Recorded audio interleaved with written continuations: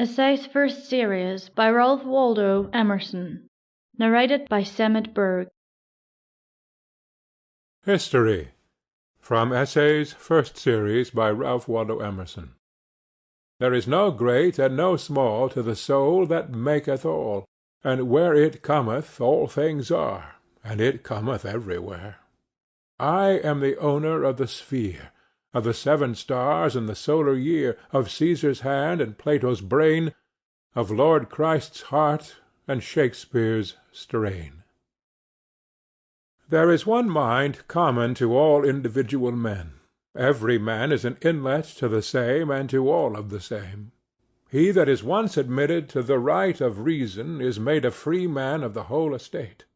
What Plato has thought, he may think. What a saint has felt, he may feel.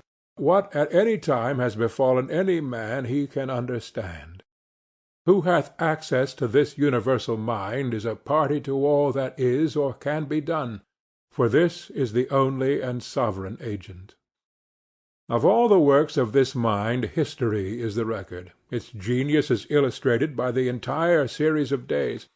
Man is explicable by nothing less than all his history.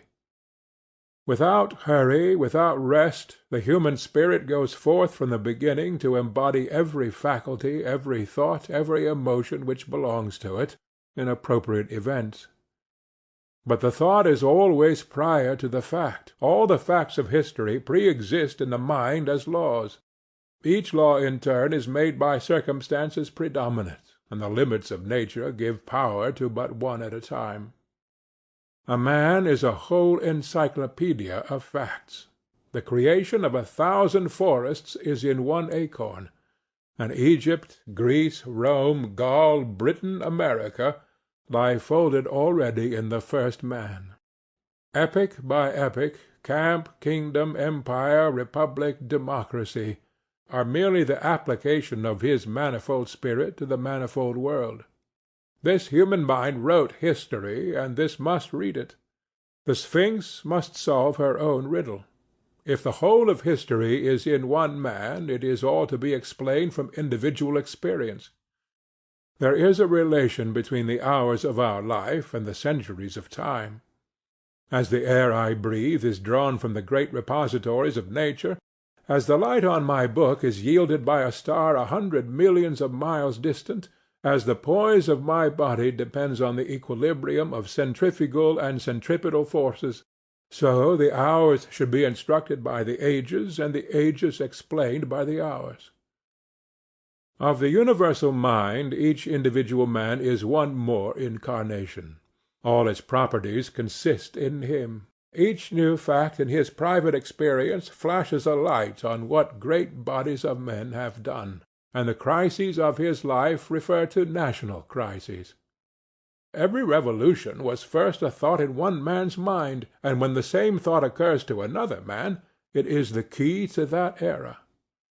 Every reform was once a private opinion, and when it shall be a private opinion again, it will solve the problem of the age. The fact narrated must correspond to something in me to be credible or intelligible. We, as we read, must become Greeks, Romans, Turks, priest and king, martyr and executioner, must fasten these images to some reality in our secret experience, or we shall learn nothing rightly. What befell Asdrubal or Caesar Borgia is as much an illustration of the mind's powers and deprivations as what has befallen us. Each new law and political movement has meaning for you. Stand before each of its tablets and say, "Under this mask did my Proteus nature hide itself." This remedies the defect of our too great nearness to ourselves. This throws our actions into perspective, and as crabs, goats, scorpions, the balance, and the water-pot lose their meanness when hung as signs in the zodiac, so I can see my own vices without heat in the distant persons of Solomon, Alcibiades, and Catiline. It is the universal nature which gives worth to particular men and things. Human life, as containing this, is mysterious and inviolable, and we hedge it round with penalties and laws.